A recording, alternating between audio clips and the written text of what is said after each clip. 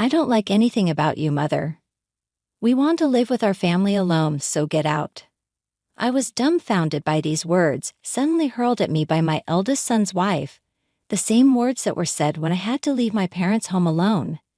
Now the anger surged in me at the thought of being driven out of this home as well. Well, I'll leave then, I declared and gathered my belongings to move out. That was the last straw. I swear I'll never forgive my oldest son's wife. It was time to put my plan into action. As a result, my daughter-in-law, my name is Sandra Clark, and I am turning 61 this year. Though I'm technically retired, I'm fortunate enough to still be working. Even though I'm still working, it's not like I'm going to the office every day. I drop in occasionally and attend meetings. But nowadays, many meetings are held remotely, and I'm working from home most of the time. My oldest son seems to have the wrong idea that I'm not working anymore. I became a widow in my 40s. Currently, I'm living with my oldest son and his wife. My parents' home is an old house with a large property. It has its issues, but I really liked the place. That was the reason it made moving out difficult. I never had any financial difficulties in my life. Most of my late husband's insurance payout is still untouched. It's a lifestyle where there is no need to worry about my twilight years. Even though it seems like I'm leading a carefree life, I do have some worries. It's my oldest son's wife, Jessica. My son's wife has a strong-willed personality and often clashes with me. This isn't something that just started recently. It started when she came to announce we're getting married. I can't forget the outfit she wore when she first came to introduce herself. She showed up in a tracksuit that she might have worn in high school. She said she wanted me to see her without any pretense, but I think it's an unthinkable act from a common-sense perspective. It might be too much to call it sophistry, but anyway, she's very argumentative, and on top of that, she's very articulate, which makes things difficult. I wondered why my oldest son chose her as his marriage partner. I found out later that Jessica was the one who approached my son. She may be outrageous, but she is beautiful. I think my naive and somewhat sheltered son was smitten by her. Even after they decided to get married, it was always the same story with her. If you put it kindly, she's not pretentious. If you put it harshly, she seems to lack common sense in her behavior. I really wanted to oppose their marriage, but I told myself that it's the marriage my son wished for and kept my patience. The result is what's happening now. My son didn't want to leave me alone in our family home, so he insisted we live together after the wedding. I had initially thought that Jessica would oppose, but it turned out that Jessica was also in favor of living together. The reason became clear shortly after we started living together. Jessica, however, never did the house chores and left everything to me. Cleaning, laundry, meal preparation. She left everything up to me, and what's more, she was a full-time housewife. She quit the company she had been working for at the time of the marriage. Even though I don't have to go to work every day, I work remotely, so I have less free time than her. When I'm facing the computer for my job, Jessica would make comments belittling me, saying I'm just playing around. I used to brush it off with a laugh, as it was too troublesome to argue every time, but it certainly irked me when it kept happening. Jessica, you seem to have quite a bit of spare time. Could you help with the cleaning? I tried asking this to Jessica, who was idly watching a TV drama. Jessica made a deeply disgusted face. She sighed exaggeratedly and said to me, "The reason I don't do housework is for your sake, Mother. Why don't you understand? It's sad that you can't appreciate my thoughtfulness." She brandished her unique theory and blamed me. According to Jessica, if she does the housework, it would deprive me of my only job. She says that if that happens, seniors become sedentary, which is unhealthy, and there's also a concern about dementia due to lack of stimulation. In other words, Jessica apparently lets me do the housework. Her ridiculous logic almost gave me a headache. I agreed to live together to make sure you don't slack off, Mother. I was speechless and dumbfounded when she said that with a half smile. I really regret starting to live together. I regret every day that I could have avoided seeing things I didn't want to see if I had stayed separate. Doing housework while being watched by Jessica every day is nothing but agony. Reaching my limit, I decided to talk to my eldest son. It wasn't to complain about Jessica. I decided to move to an apartment where I could live alone. The house we're currently living in is old and has many level differences. I had hurt my back last year due to my age and deterioration, and there were many hard points for me. I talked to my son about the difficulty of living in this house, and I moved to an apartment. I felt like I had been driven out by Jessica, but I do not regret leaving. The new apartment is a rental. I thought it might be a bit too big for living alone, but I contracted for a room large enough for my grandchildren to stay over in the future. I had the interior customized to my taste, and my own castle was complete. But my joy was short-lived as Jessica began to come over every day and stay until night. "The new apartment is really nice, isn't it too big for you, Mother?" Jessica said, lounging on the living room couch. "Come on, Mother, come back to your old home and do the house chores. It's for your health and longevity." Unbelievably, Jessica is telling me to go back to the old house and do the house chores. During the day, she's so self-centered and it makes me dizzy. I've already moved out of the house. You need to step up as the wife. I take care of all the house chores here, and my annual checkups are always good. Jessica, there's nothing for you to worry about. Jessica turned her head away, snubbing my words. She intended to pretend she didn't hear them. She always ignored anything inconvenient. That was her usual strategy. Even after that, Jessica came over to my apartment every day. Just the other day, she said it's too much hassle to go back and ended up staying the night. My parents' home and this apartment are about a 15-minute walk apart. It was my eldest son who suggested I live near my parents' home because he was worried. His concern made me a little sad to leave the house. One day when I had been out on a rare business-related outing, I returned in the evening to a surprise. To my disbelief, Jessica had let herself into my apartment. It seemed she had used the spare key I had given to my son without telling her. Welcome back," she said, lying on the floor in front of the TV, not even bothering to get up. "Jessica, that spare key is meant to be used in emergencies, not for you to let yourself in when I'm not home." I felt uncomfortable knowing that she'd been in my apartment while I was away. I replied, and for the first time, I sternly told her so. She seemed taken aback since she was used to my normally quick-to-forget anger. She shot me an annoyed look, but I stared right back. "You really are a stingy mother-in-law." "I can't stand that about you," Jessica began yelling at me. "I can't stand anything about you, even this apartment. We're a family, so you should leave." With that, she tried to usher me out the front door. It seemed she couldn't stand the thought of me living in this apartment. She was upset that they were living in the old house while I was here, saying it was unfair. "The rent for this place is being paid by James, isn't it? It wouldn't be strange for us, his family, to live here. That's what living beyond your means." It seemed Jessica thought my son was paying the rent for the apartment. That explained why she was always showing up here. In her mind, the apartment should have been a place for her family to live. "All right, I will leave," I retorted, staring her down. I agreed to move my belongings out within 3 days. Jessica seemed skeptical, demanding I call a moving company in front of her.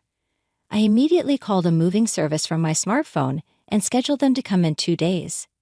As she left satisfied, I watched her retreating figure and started formulating a plan. I moved out as promised. My new home was an apartment specifically for seniors. I decided to try it out for 2 weeks. I handed over the keys and lease documents to Jessica, asking for a change in the contract through the real estate agent to the landlord. As I've known the landlord for a long time, they were flexible and accommodating, which was a relief.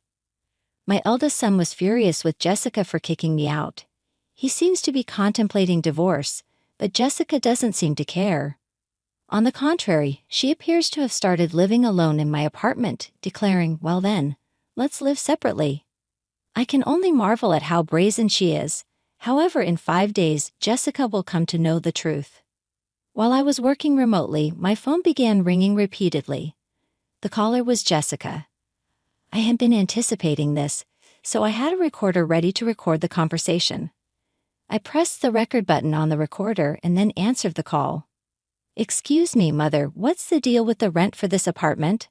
Why do I have to pay it? This isn't right." As soon as I picked up the phone, Jessica started ranting. I could tell that she was flustered. "Oh, but Jessica, aren't you the current leaseholder? It's only right that you should pay. Is there a problem?"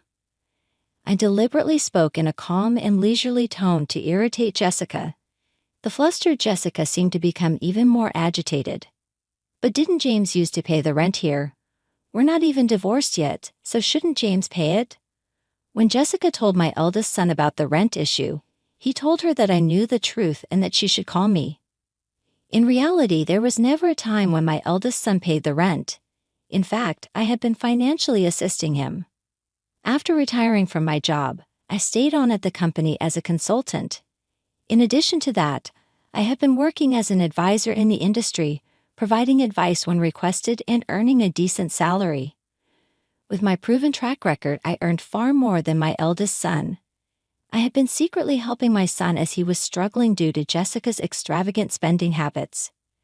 So it's a misunderstanding on your part, Jessica. Originally, I was the one paying the rent for that place. I didn't make James pay a dime. Jessica, who had been hoping to enjoy living separately in the new apartment, seemed shocked and taken aback. Jessica only said what she wanted to say before hanging up the phone. I immediately contacted my eldest son and let him listen to the recorded conversation. I've been putting up with it for a while too, but I'm at my limit. You feel the same, right? I'm aware that my son is worn out from repaying the debts that Jessica has accumulated. No matter how grown-up my son may be as a parent, I can't help but lend a hand. Even if people say I'm too soft, I believe it's natural as a parent. My son replied in a small voice, "I'll divorce her. I'm tired too." Well, follow my instructions then. I told my son my plan and gave him instructions. I first asked him to take paid leave for about 3 days from today. I directed him to discreetly move out his important belongings without letting Jessica know. We don't want her noticing any large trucks, as she might be hanging around nearby. I had told him to gradually move things out during the night. The location where the important belongings were moved was somewhere Jessica was unaware of. It was a single-family home that I had searched for as a final dwelling. In this way, the plan progressed secretly. Then 3 days later, there was another call from Jessica. She was much more flustered than the other day. What? What are you so flustered about? Just like the other day, I dealt with her in a deliberately relaxed tone. Jessica was overly anxious, almost in a state of panic. "Mother, our house is up for sale, and I've had a call from my parents saying that my belongings have arrived at their house." What does that mean? Apparently, my eldest son had moved according to my instructions. He had sent Jessica's belongings to her parents' house and put up the house she lived in for sale, leaving it empty. The landlord told me that if I can't pay the rent, I should leave. I thought I should consult with James, and when I got home, there were chains and a padlock on the gate, and I couldn't get in. There's even a for sale sign up. Jessica was almost hysterical. She must have been surprised when she got home. I have already formally entered into a sales contract with a realtor. We can't get into that house anymore, Jessica. There are a few things I want to correct. I started off like that. Now is the time to vent all my built-up stress. Firstly, I'm no longer your mother-in-law, right? Yesterday, James should have filed for divorce. You signed it, didn't you? Yesterday, my eldest son had submitted the divorce papers to the city office. It seems that the divorce papers were signed by Jessica a long time ago. Threatening to divorce if he didn't do as she said was apparently a habit of hers. My eldest son thought that one day Jessica would rehabilitate. She was the person he had loved enough to marry. When threatened with divorce, he had no choice but to give in, as he once told me. But it seems my eldest son has woken up. He signed his name on the divorce papers that were always used as a threat and submitted them. The divorce papers have been formally accepted. You always said to James that you could divorce any time. Aren't you satisfied now that things have gone your way, Jessica? On the other side of the phone, I sensed Jessica holding her breath. She wanted to retort but couldn't find the words. She must be feeling frustrated. Besides, I'm worried about you. After the divorce, you can't continue to live in that apartment without working, can you? And moving costs money too. It's tough. How did you even manage to pay this amount? I can't believe it. Jessica didn't hide her anger anymore. She yelled at me and continued to curse me. She said she married my son because my late husband left an inheritance. However, I manage all the inheritance and she cannot move a penny of it. She screamed that nothing was going well despite marrying for the sake of repaying debts. Of course, I let my son listen to this conversation as well. If it came to a divorce settlement, the recording is what I was planning to submit as evidence. I thought it was the end, so I patiently waited for Jessica to finish her tantrum. I think she ranted for about 15 minutes with ease. "I'm sorry. I've been disowned by my family. I have nowhere to return. Please help me." In the end, she started begging me for help, crying. She had caused her parents much trouble due to her spending and borrowing habits, and they disowned her. Come to think of it, I remember feeling something off at the wedding. It clicked for me, that was what felt odd. Jessica with nowhere to go, nowhere to return. I felt a bit sorry for her, but I decided to view it as a consequence of her actions. Apologizing now won't do much. We're strangers now. There's nothing more to discuss. Good luck with your life from here on. I ended the call with Jessica after saying that.